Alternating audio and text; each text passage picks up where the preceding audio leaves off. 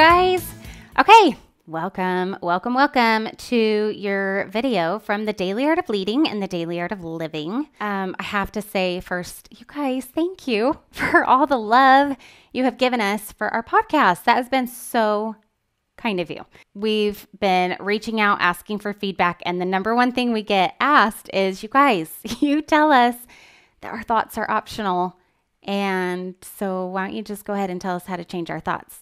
And I get it. You want to change your thoughts. So that's what today's video is on. So you all want to learn how to create new thoughts, whether it's for yourself or you're wondering, how can I influence other people in the workplace to think new thoughts?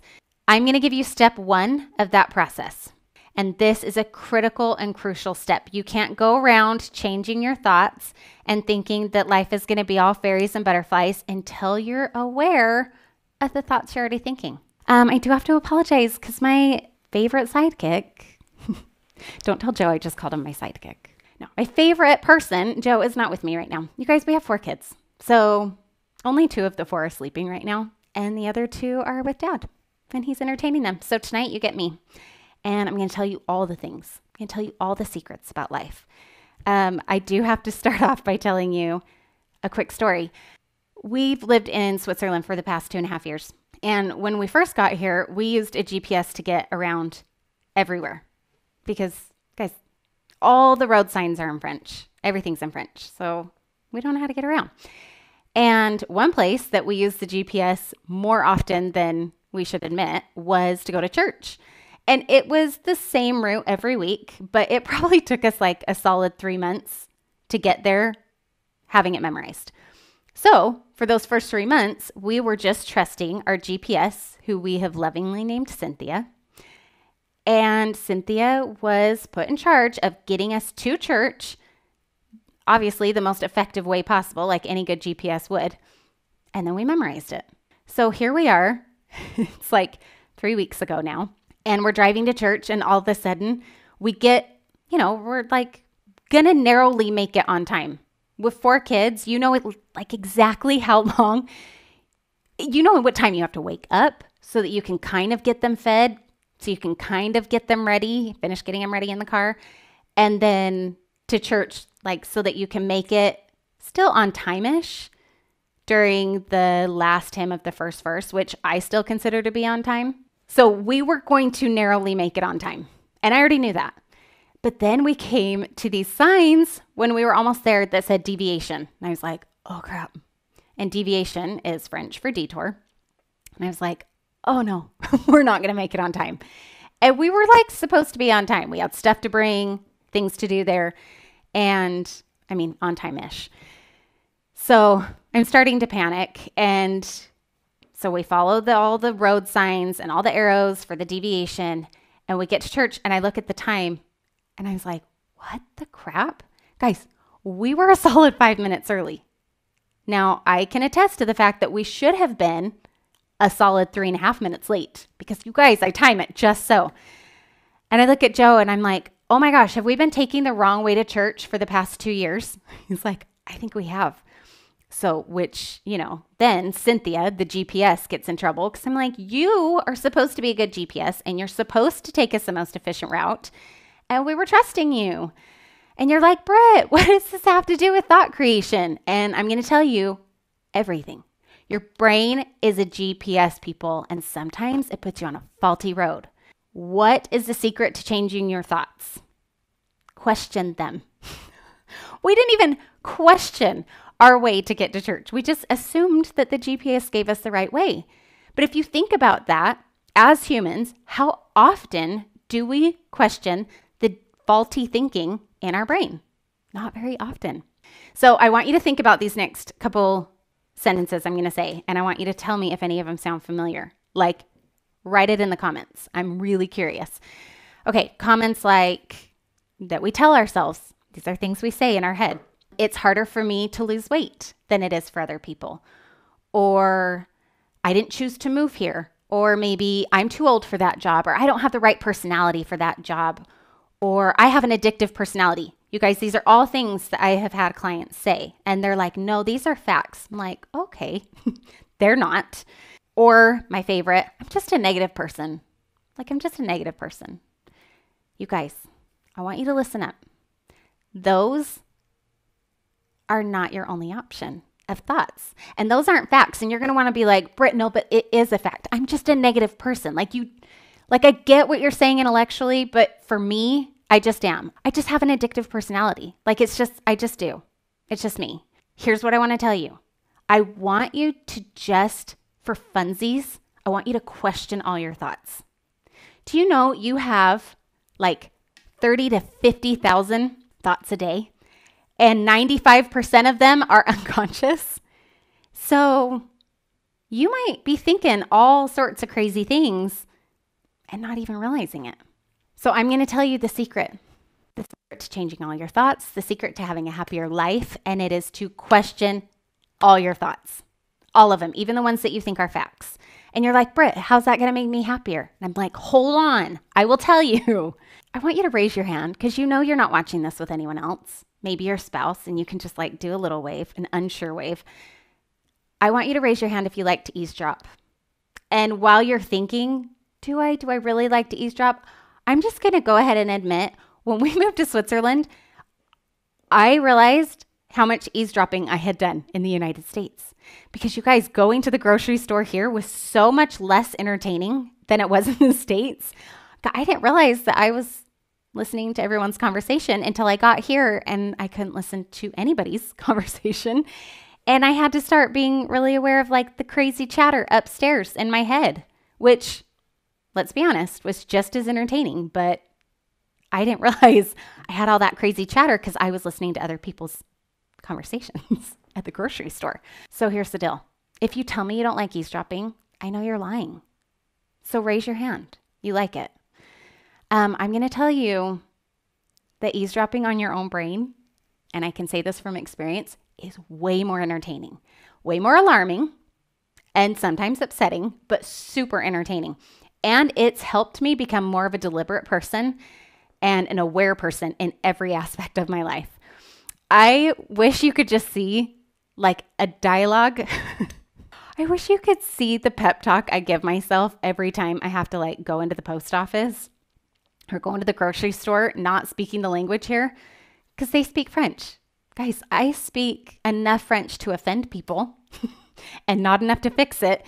So when I'm going in for student, parent-teacher conferences or into the post office or even the grocery store, I'm like giving myself a pep talk. Okay, Britt, put your best categories game on. You're going to have to act out that you want universal stamps and all this, that, and the other. There's like a really entertaining pep talk that's going on in my head.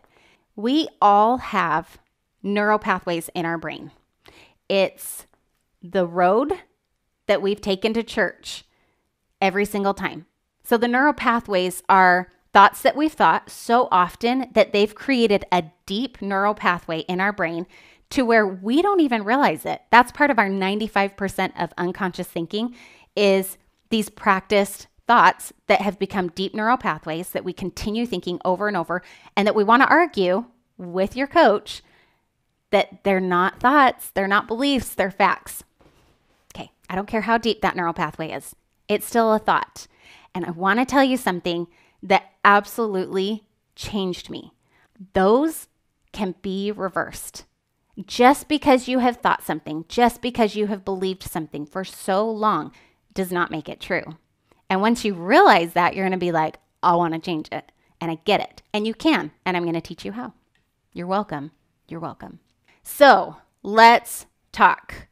What are the steps to creating new thoughts? What are the steps to having a happier life? The first step is to eavesdrop on yourself. I'm giving you full permission to be that creepy person that's like, what did she say? What did she say? But I want it for your crazy upstairs, okay? I want you to take a step back and look at all your thoughts as you're thinking them.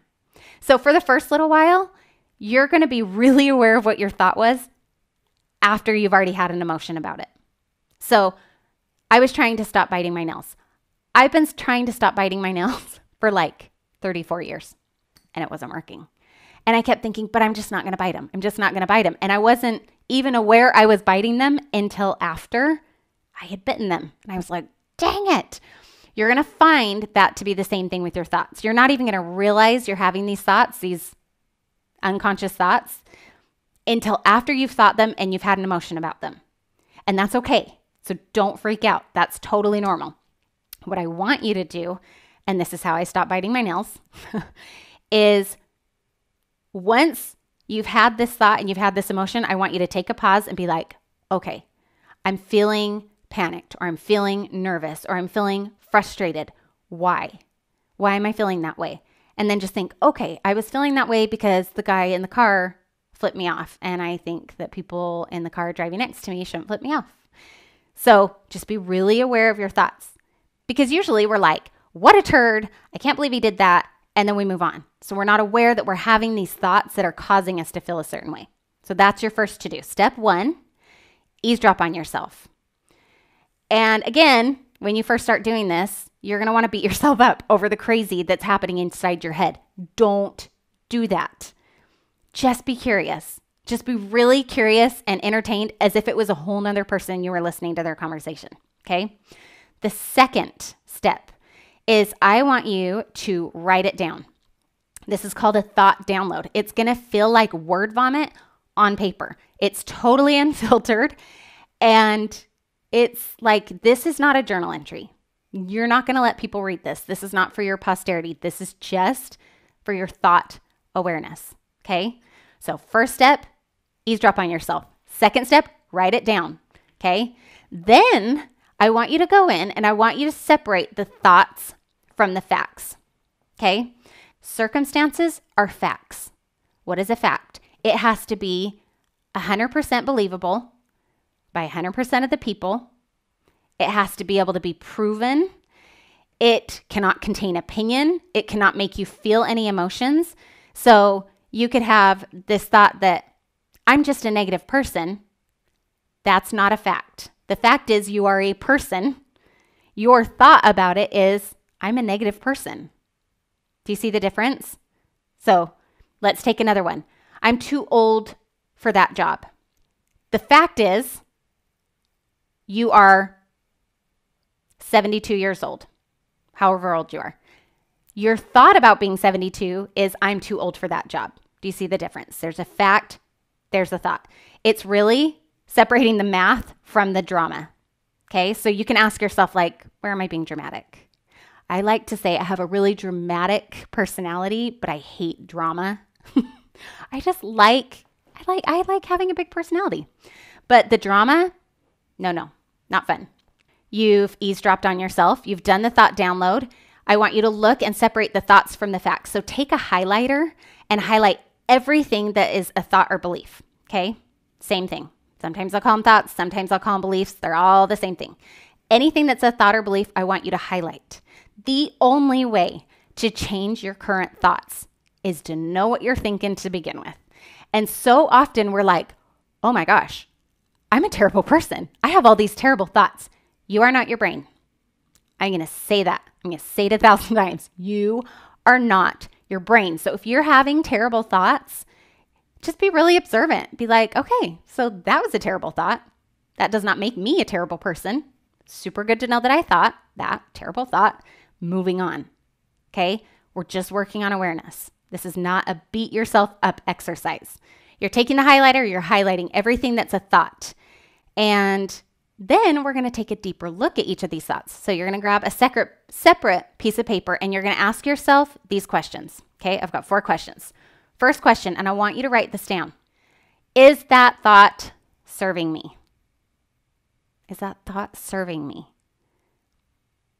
Second question, how do I feel when I think that thought? Okay, I'm giving you time to write this down. How do I feel when I think that thought? Next question is, has that thought held me back or propelled me forward towards my goals? And how? So, has that thought held me back from my goals? Yes or no, and how? Has that thought propelled me towards my goals? Yes or no, and how? And really take the time to explore your thought downloads. You should be doing this once a day. I have all my clients doing this once a day. If you're not doing it, you're really selling yourself short. especially on the thought creation. And the last question, number 4, is what would likely result if I continue to think this thought? I say it again. What would likely result if I continue to think this thought? So before I tell you the next step, I want you to take a pause with me, and I'm going to run you through a real client example, but I'm going to act like it's you. So say you're job hunting and you're looking in the newspaper and you see this job listing and you're like, oh my gosh, that's the perfect job for me. It has you written all over it, until you get to the part in the job responsibilities where it says, one of the job responsibilities is that you have to take clients out for business lunches and, talk to them about the business to build relationships. And you're like, crap, I don't have the personality for that. I can't just go make small chit chat about business every day at lunch. Like, for real? And you just think, this was the perfect job for me. And now it's for sure not what I'm even going to do. And you know that because your heart's beating so fast and you're like super sweaty and you didn't even do the job yet. You just read the job listing. And so, of course, obviously, like, you're not cut out for that job, right? Wrong. Okay. So listen, people, we tell ourselves jazz like this all the time. But in this particular story, you've told yourself, some people are just cut out for that stuff. Some people aren't. And you're just one of those people that aren't. And that sucks. And you wish you could, but you can't. So moving on, next job listing.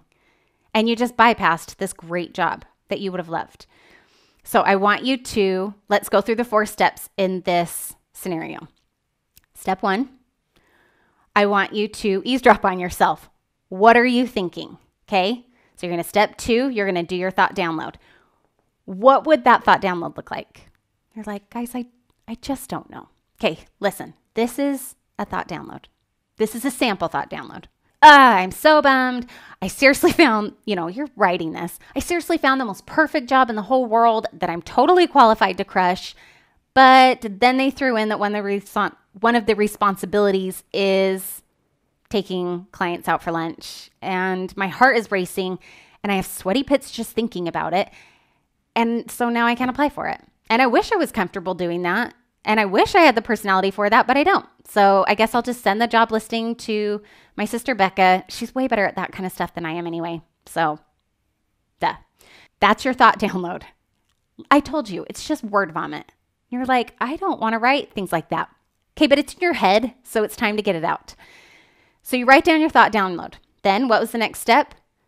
You're going to separate the facts from the beliefs. So you're going to take a highlighter and highlight all the beliefs. Okay, where are the beliefs in that sentence? Actually, I should probably ask you, where are the facts in that sentence? Because most of it was just drama. So the fact was, you're looking at a job listing. The fact is, the job responsibility includes taking clients to lunch. Everything else in that thought download was just drama. Just the thoughts in your head, okay? And all of that, I'm going to tell you the best news ever. All that drama is totally optional. And you can change the drama. You just need to know what it is first. You're going to want to argue with me and tell me that another fact is that you don't have that kind of personality. And I'm going to tell you that's not true, okay? That's a fallacy. So it's not a fact. It's just a belief that you have about yourself. It's just a thought. And it's likely a thought that you have thought so many times that it has created such a deep-rooted neural pathway in your head that you're like, no, but it really is a fact. Like, I promise. People want to argue with me on this all the time. And then one day it just clicks and they're like, hold on. All my thoughts are optional. What have I been doing with my time? And then their whole life changes. And I'm not even kidding. Next step. So this is where you're going to pick one of the thoughts. You just pick the most interesting thought to you. It doesn't even have to be the most intense thought. Just want you to pick the most interesting thought and ask yourself these questions. Is that thought serving me? Probably not. No. How do I feel when I think that thought? So let's pick the thought, I just don't have the right kind of personality for that job. I would guess self-conscious, limited. The next question is, has that thought held me back or propelled me forward in my goals? And I would say for sure in this case, with that thought download, you've decided I'm not even going to apply for the job. So it's totally held you back, especially here because you've decided I don't have that kind of personality, so I can't apply for the job because I'm not a good fit. So it's holding you back from getting this dream job. And then the last question is, what is likely to result if I continue thinking this thought? And in this case, it's, well, I for sure wouldn't get the job because I won't even apply for it. And I will likely go for the same kind of job that I've always gone for before because that's just more comfortable. But you're not stretching yourself going towards your goals. So how in the world do you believe new thoughts? Like I said, first you have to become insanely aware of the current thoughts that you're having. And again, it's going to be uncomfortable, and that's okay. So you're going to do these daily thought downloads, this thought vomit all over the paper, and you're going to look at your thoughts. In the next video, we're going to talk about how to change your thoughts. And we're going to do that because I'm going to teach you the magic recipe of seeing your bear. And it's a model that we use here at the Daily Art of Leading and the Daily Art of Living to create anything that you want in this world. Any hope, dream, desire, goal, habit you want to break, anything. This is how you do it.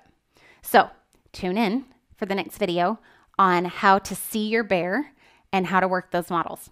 But for today and for the next few days, I really just want you to be super aware.